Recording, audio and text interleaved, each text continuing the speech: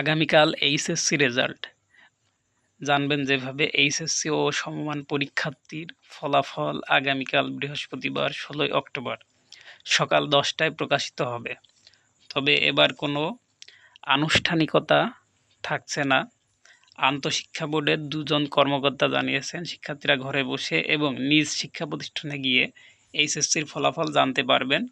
তো ৩ ভাবে তাদের ফলাফল জানানোর ব্যবস্থা করেছে সরকার। নিজ শিক্ষা বোর্ডের ওয়েবসাইটের মাধ্যমে ফলাফল সংগ্রহ করতে পারবেন। এছাড়াও শর্ট কোড 16222222 SMS এর মাধ্যমে ফলাফল পাবেন শিক্ষার্থীরা। টাইপ ফলাফল প্রকাশের পর SMS এর মাধ্যমে HSC board name, first 3 letters, roll, year type করে 16222 নাম্বারে পাঠাতে হবে। তো এর মাধ্যমে তারা এইচএসসি যে রেজাল্ট, সেই রেজাল্ট পাবে। ইনশাল্লাহ সবার জন্য শুভকামনা, সবার রেজাল্ট ভালো হোক।